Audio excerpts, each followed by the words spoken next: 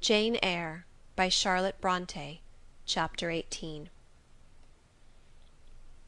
Merry days were these at Thornfield Hall, and busy days too. How different from the first 3 months of stillness, monotony, and solitude I had passed beneath its roof! All sad feelings seemed now driven from the house, all gloomy associations forgotten. There was life everywhere, movement all day long. You could not now traverse the gallery, once so hushed, nor enter the front chambers, once so tenantless, without encountering a smart lady's maid or a dandy valet.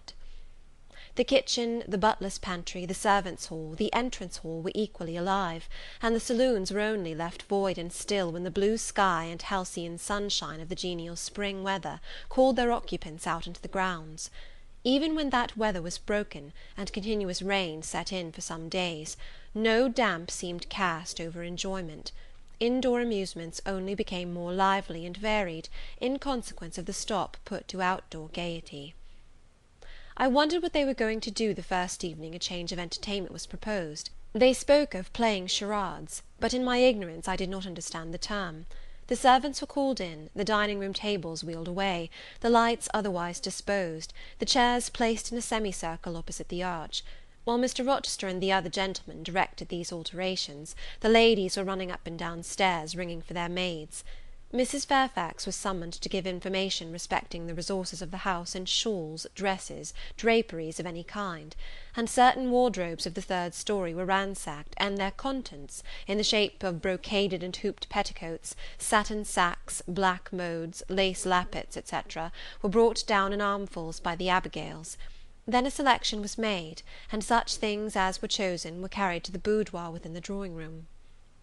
Meantime Mr. Rochester had again summoned the ladies round him, and was selecting certain of their number to be of his party. "Miss Ingram is mine, of course," said he.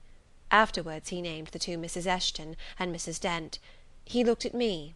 I happened to be near him, as I had been fastening the clasp of Mrs. Dent's bracelet, which had got loose. "Will you play?" he asked. I shook my head. He did not insist, which I rather feared he would have done. He allowed me to return quietly to my usual seat. He and his aids now withdrew behind the curtain. The other party, which was headed by Colonel Dent, sat down on the crescent of chairs. One of the gentlemen, Mr. Eshton, observing me, seemed to propose that I should be asked to join them, but Lady Ingram instantly negatived the notion. "No," I heard her say, "she looks too stupid for any game of the sort." Ere long a bell tinkled, and the curtain drew up. Within the arch, the bulky figure of Sir George Lynn, whom Mr. Rochester had likewise chosen, was seen enveloped in a white sheet. Before him, on a table, lay open a large book, and at his side stood Amy Eshton, draped in Mr. Rochester's cloak, and holding a book in her hand. Somebody unseen rang the bell merrily. Then Adele, who had insisted on being one of her guardian's party, bounded forward, scattering round her the contents of a basket of flowers she carried on her arm. Then appeared the magnificent figure of Miss Ingram, clad in white, with a long veil on her head, and a wreath of roses round her brow. By her side walked Mr. Rochester, and together they drew near the table. They knelt, while Mrs. Dent and Louisa Eshton, dressed also in white, took up their stations behind them. A ceremony followed in dumb show, in which it was easy to recognize the pantomime of a marriage. At its termination, Colonel Dent and his party consulted in whispers for 2 minutes, then the Colonel called out, "Bride!" Mr. Rochester bowed, and the curtain fell. A considerable interval elapsed before it again rose. Its second rising displayed a more elaborately prepared scene than the last.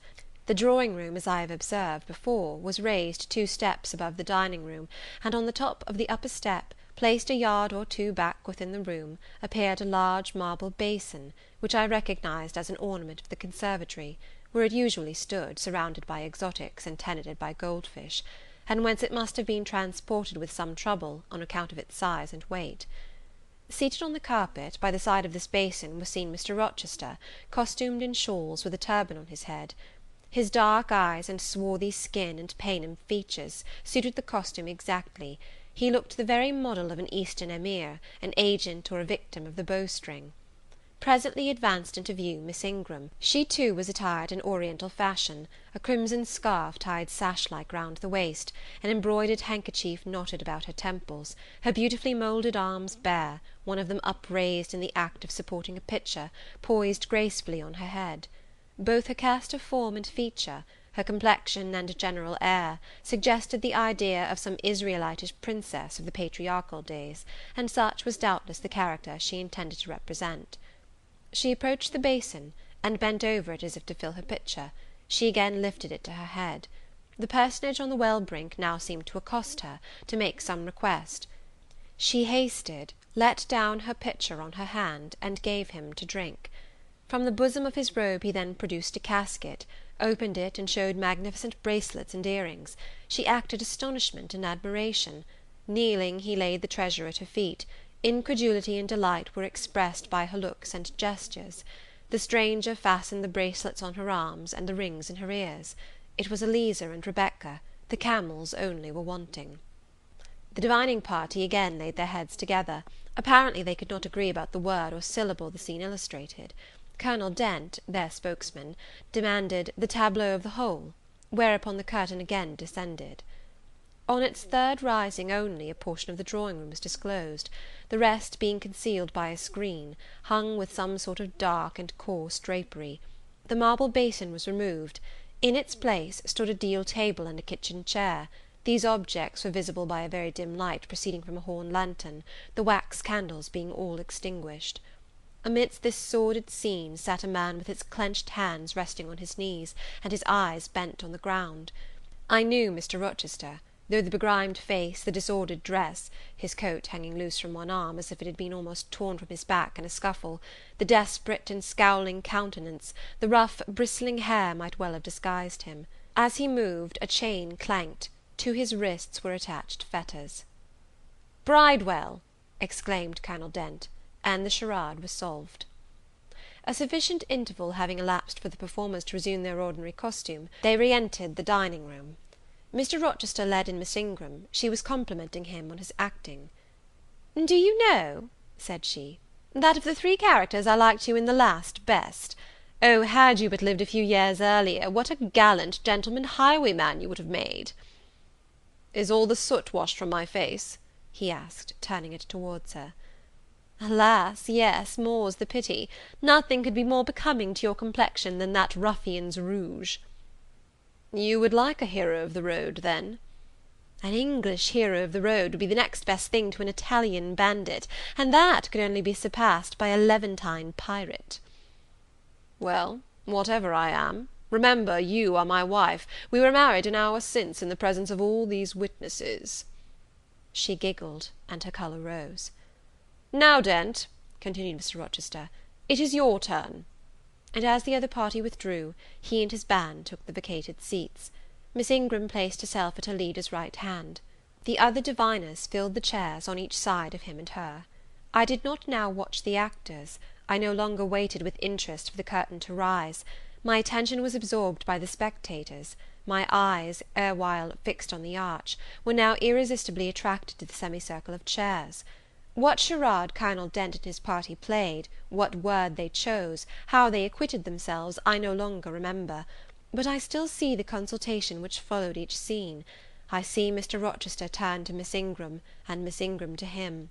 I see her incline her head towards him, till the jetty curls almost touch his shoulder and wave against his cheek. I hear their mutual whisperings. I recall their interchanged glances, and something even of the feeling roused by the spectacle returns in memory at this moment. I have told you, reader, that I had learnt to love Mr. Rochester. I could not unlove him now, merely because I found that he had ceased to notice me, because I might pass hours in his presence, and he would never once turn his eyes in my direction, because I saw all his attentions appropriated by a great lady, who scorned to touch me with the hem of her robes as she passed, who, if even her dark and imperious eye fell on me by chance, would withdraw it instantly, as from an object too mean to merit observation. I could not unlove him, because I felt sure he would soon marry this very lady, because I read daily in her a proud security in his intentions respecting her, because I witnessed hourly in him a style of courtship which, if careless and choosing rather to be sought than to seek, was yet in its very carelessness captivating, and in its very pride irresistible. There was nothing to cool or banish love in these circumstances, though much to create despair. Much too, you will think, reader, to engender jealousy, if a woman in my position could presume to be jealous of a woman in Miss Ingram's. But I was not jealous, or very rarely. The nature of the pain I suffered could not be explained by that word. Miss Ingram was a mark beneath jealousy. She was too inferior to excite the feeling. Pardon the seeming paradox, I mean what I say. She was very showy, but she was not genuine. She had a fine person, many brilliant attainments, but her mind was poor, her heart barren by nature. Nothing bloomed spontaneously on that soil, no unforced natural fruit delighted by its freshness. She was not good, she was not original. She used to repeat sounding phrases from books. She never offered nor had an opinion of her own. She advocated a high tone of sentiment, but she did not know the sensations of sympathy and pity. Tenderness and truth were not in her.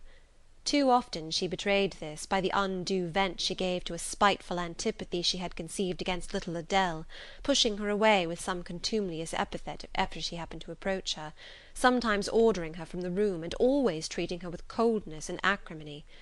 Other eyes besides mine watched these manifestations of character, watched them closely, keenly, shrewdly.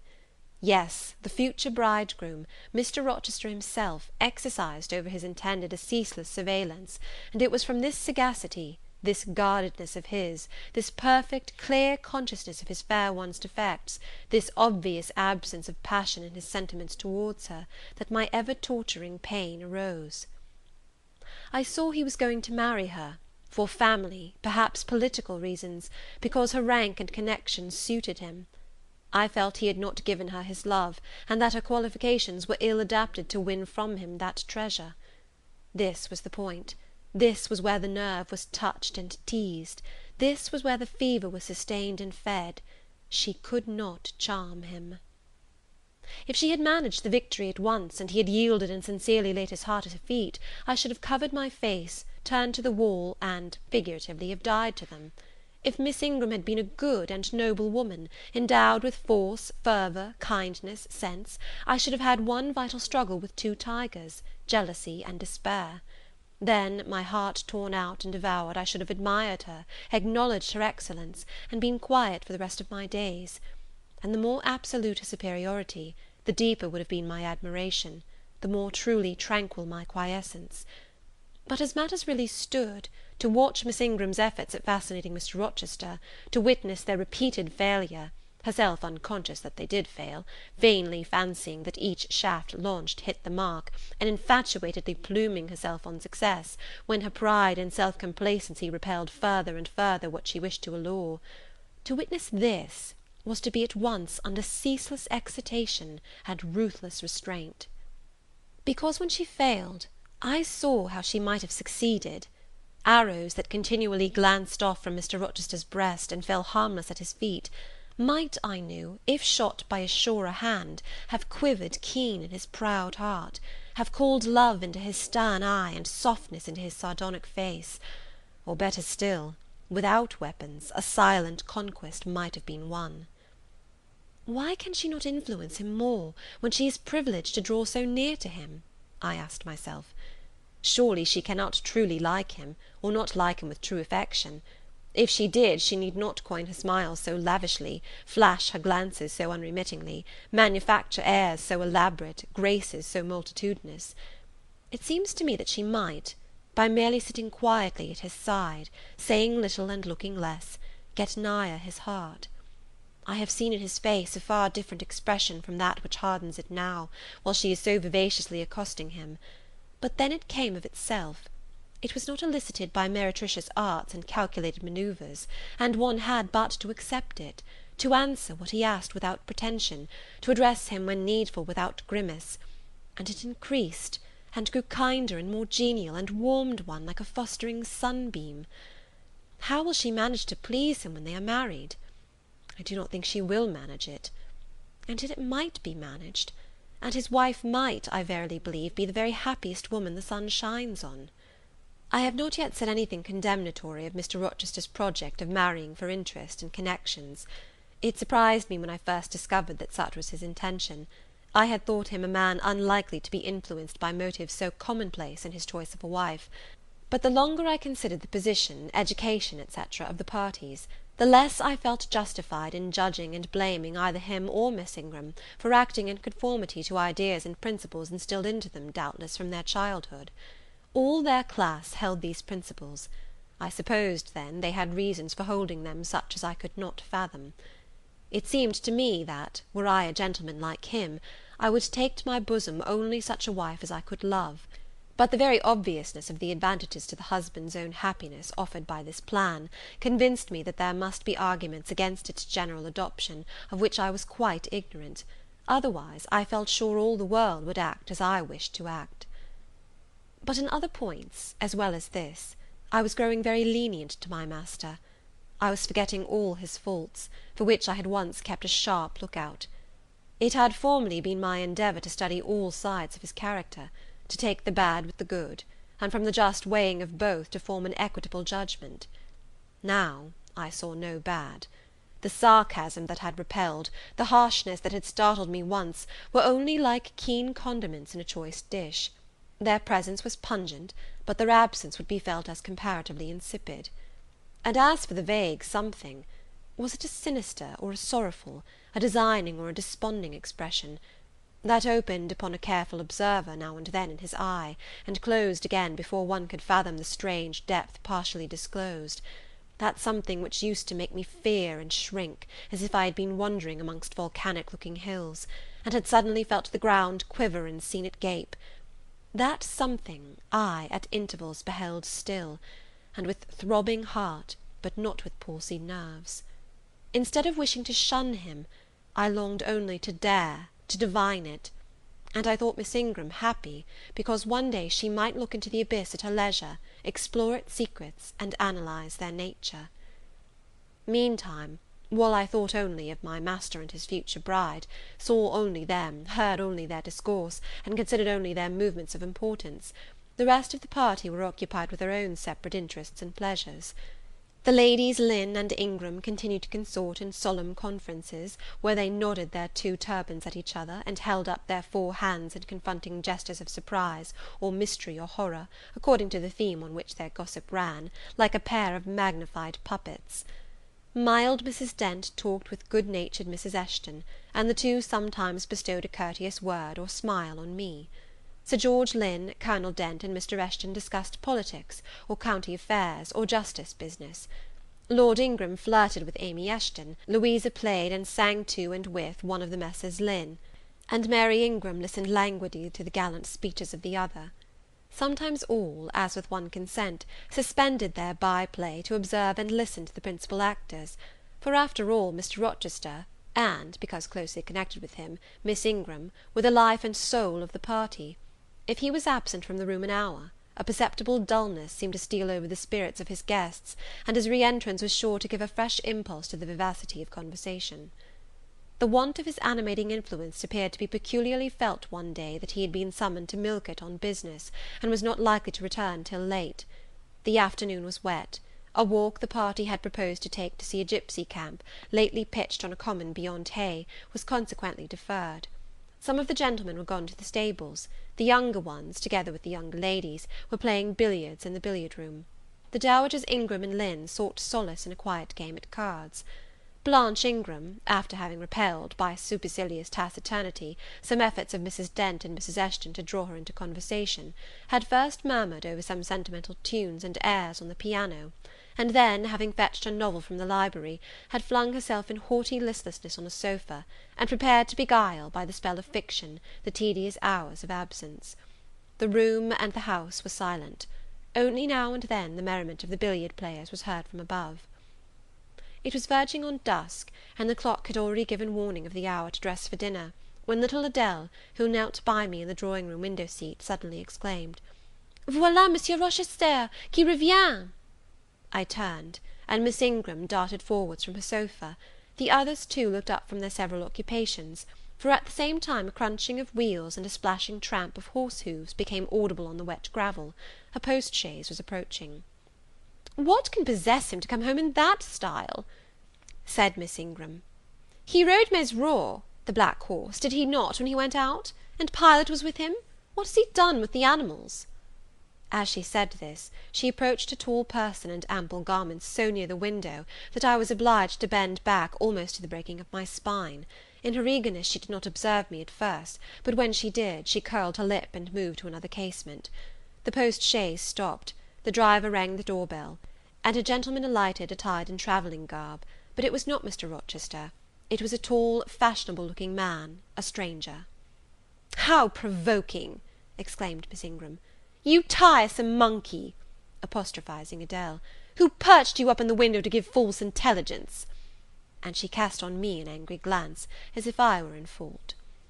Some parleying was audible in the hall, and soon the newcomer entered. He bowed to Lady Ingram, as deeming her the eldest lady present. "It appears I come at an inopportune time, madam," said he, "when my friend, Mr. Rochester, is from home; but I arrive from a very long journey, and I think I may presume so far on old and intimate acquaintance as to install myself here till he returns." His manner was polite. His accent, in speaking, struck me as being somewhat unusual, not precisely foreign, but still not altogether English. His age might be about Mr. Rochester's, between 30 and 40. His complexion was singularly sallow. Otherwise he was a fine-looking man, at first sight especially. On closer examination, you detected something in his face that displeased, or rather that failed to please. His features were regular, but too relaxed. His eye was large and well cut, but the life looking out of it was a tame, vacant life. At least so I thought. The sound of the dressing-bell dispersed the party. It was not till after dinner that I saw him again. He seemed then quite at his ease. But I liked his physiognomy even less than before. It struck me as being at the same time unsettled and inanimate. His eye wandered, and had no meaning in its wandering. This gave him an odd look, such as I never remembered to have seen. For a handsome and not unamiable-looking man, he repelled me exceedingly. There was no power in that smooth-skinned face of a full oval shape, no firmness in that aquiline nose and small cherry mouth, there was no thought on the low, even forehead, no command in that blank brown eye. As I sat in my usual nook, and looked at him with the light of the girandole on the mantelpiece beaming full over him, for he occupied an armchair drawn close to the fire, and kept shrinking still nearer, as if he were cold, I compared him with Mr. Rochester. I think, with deference be it spoken, the contrast could not be much greater between a sleek gander and a fierce falcon, between a meek sheep and the rough-coated, keen-eyed dog, its guardian. He had spoken of Mr. Rochester as an old friend. A curious friendship theirs must have been, a pointed illustration indeed of the old adage that extremes meet. 2 or 3 of the gentlemen sat near him, and I caught at times scraps of their conversation across the room. At first I could not make much sense of what I had heard, for the discourse of Louisa Eshton and Mary Ingram, who sat nearer to me, confused the fragmentary sentences that reached me at intervals. These last were discussing the stranger. They both called him a beautiful man. Louisa said he was a love of a creature, and she adored him; and Mary instanced his pretty little mouth and nice nose, as her ideal of the charming. "And what a sweet-tempered forehead he has!" cried Louisa. "So smooth, none of those frowning irregularities I dislike so much, and such a placid eye and smile." And then, to my great relief, Mr. Henry Lynn summoned them to the other side of the room, to settle some point about the deferred excursion to Hay Common. I was now able to concentrate my attention on the group by the fire, and I presently gathered that the newcomer was called Mr. Mason. Then I learned that he was but just arrived in England, and that he came from some hot country, which was the reason, doubtless, his face was so sallow, and that he sat so near the hearth, and wore a surtout in the house. Presently the words Jamaica, Kingston, Spanish Town, indicated the West Indies as his residence; and it was with no little surprise I gathered, ere long, that he had there first seen and become acquainted with Mr. Rochester. He spoke of his friend's dislike of the burning heats, the hurricanes, and rainy seasons of that region. I knew Mr. Rochester had been a traveller, Mrs. Fairfax had said so, but I thought the continent of Europe had bounded his wanderings; till now I had never heard a hint given of visits to more distant shores. I was pondering these things, when an incident, and a somewhat unexpected one, broke the thread of my musings. Mr. Mason, shivering as some one chanced to open the door, asked for more coal to be put on the fire, which had burnt out its flame, though its mass of cinder still shone quite hot and red. The footman, who brought the coal, in going out, stopped near Mr. Eshton's chair, and said something to him in a low voice, of which I heard only the words, "old woman," quite troublesome. "Tell her she shall be put in the stocks if she does not take herself off," replied the magistrate. "No, stop," interrupted Colonel Dent. "Don't send her away, Eshton. We might turn the thing to account. Better consult the ladies." And speaking aloud, he continued, "Ladies, you talked of going to Hay Common to visit the gipsy camp. Sam here says that one of the old Mother Bunches is in the servants' hall at this moment, and insists upon being brought in before the quality to tell them their fortunes. Would you like to see her?" "Surely, Colonel," cried Lady Ingram, "you would not encourage such a low impostor. Dismiss her by all means at once." "But I cannot persuade her to go away, my lady," said the footman, "nor can any of the servants. Mrs. Fairfax is with her just now, entreating her to be gone; but she has taken a chair in the chimney corner, and says nothing shall stir her from it till she gets leave to come in here." "What does she want?" asked Mrs. Eshton. "To tell the gentry their fortune, she says, ma'am, and she swears she must and will do it." "What is she like?" inquired the Misses Eshton in a breath. "A shockingly ugly old creature, miss, almost as black as a crock." "Why, she's a real sorceress," cried Frederick Lynn. "Let us have her in, of course." "To be sure," rejoined his brother, "it would be 1,000 pities to throw away such a chance of fun." "My dear boys, what are you thinking about?" exclaimed Mrs. Lynn. "I cannot possibly countenance any such inconsistent proceeding," chimed in the Dowager Ingram. "Indeed, mamma, but you can and will," pronounced the haughty voice of Blanche, as she turned round on the piano stool, where till now she had sat silent, apparently examining sundry sheets of music. "I have a curiosity to hear my fortune told, therefore, Sam, order the beldam forward." "My darling Blanche, recollect—" "I do. I recollect all you can suggest, and I must have my will. Quick, Sam." "Yes, yes, yes," cried all the juveniles, both ladies and gentlemen. "Let her come, it will be excellent sport." The footman still lingered. "She looks such a rough one," said he. "Go!" ejaculated Miss Ingram, and the man went. Excitement instantly seized the whole party. A running fire of raillery and jest was proceeding when Sam returned. "She won't come now," said he. "She says it's not her mission to appear before the vulgar herd, them's her words. I must show her into a room by herself, and then those who wish to consult her must go to her one by one." "You see now, my queenly Blanche," began Lady Ingram, "she encroaches. Be advised, my angel girl, and—" "Show her into the library, of course," cut in the angel girl. "It is not my mission to listen to her before the vulgar herd either. I mean to have her all to myself. Is there a fire in the library?" "Yes, ma'am, but she looks such a tinkler." "Cease that chatter, blockhead, and do my bidding." Again Sam vanished, and mystery, animation, expectation rose to full flow once more. "She's ready now," said the footman as he reappeared. "She wishes to know who will be her first visitor." "I think I had better just look in upon her before any of the ladies go," said Colonel Dent. "Tell her, Sam, a gentleman is coming." Sam went and returned. "She says, sir, that she'll have no gentlemen; they need not trouble themselves to come near her, nor," he added, with difficulty expressing a titter, "any ladies either, except the young and single." "By Jove, she has taste!" exclaimed Henry Lynn. Miss Ingram rose solemnly. "I go first," she said, in a tone which might have befitted the leader of a forlorn hope, mounting a breach in the van of his men.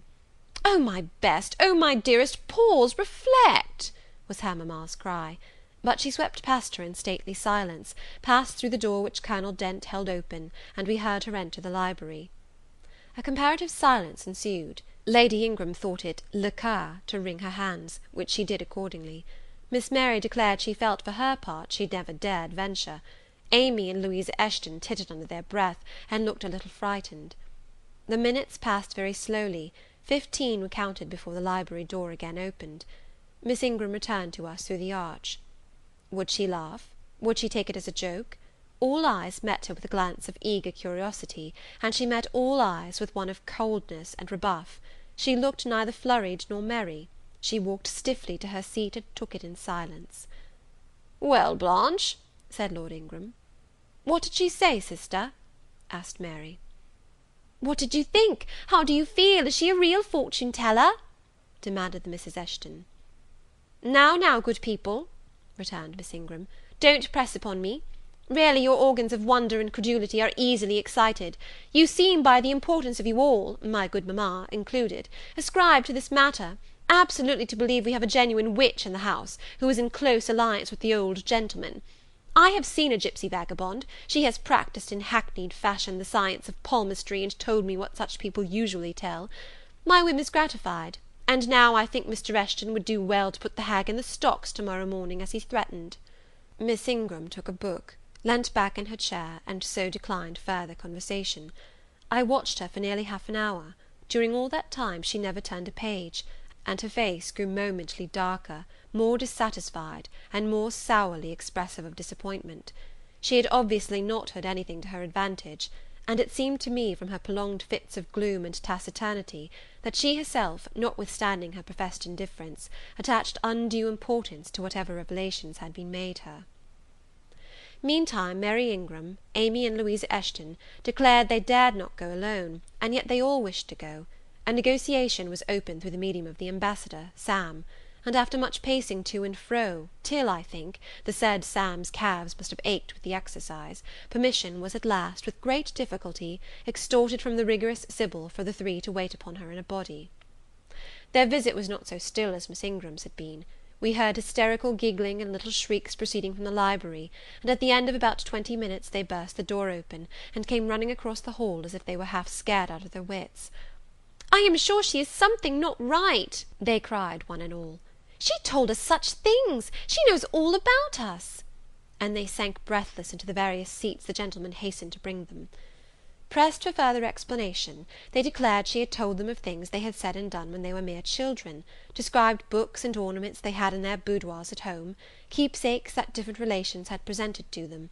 They affirmed that she had even divined their thoughts, and had whispered in the ear of each the name of the person she liked best in the world, and informed them of what they most wished for. Here the gentleman interposed with earnest petitions to be further enlightened on these two last-named points, but they got only blushes, ejaculations, tremors, and titters, in return for their importunity. The matrons, meantime, offered vinaigrettes and wielded fans, and again reiterated the expression of their concern that their warning had not been taken in time, and the elder gentlemen laughed, and the younger urged their services on the agitated fair ones. In the midst of the tumult, and while my eyes and ears were fully engaged in the scene before me, I heard a hem close at my elbow. I turned, and saw Sam. "If you please, miss, the gipsy declares that there is another young single lady in the room who has not been to her yet, and she swears she will not go till she has seen all. I thought it must be you, there is no one else for it. What shall I tell her?" "Oh, I will go by all means," I answered, and I was glad of the unexpected opportunity to gratify my much excited curiosity. I slipped out of the room, unobserved by any eye, for the company were gathered in one mass about the trembling trio just returned, and I closed the door quietly behind me. "If you like, miss," said Sam, "I'll wait in the hall for you, and if she frightens you, just call and I'll come in." "No, Sam, return to the kitchen. I am not in the least afraid." Nor was I, but I was a good deal interested and excited. Chapter 18.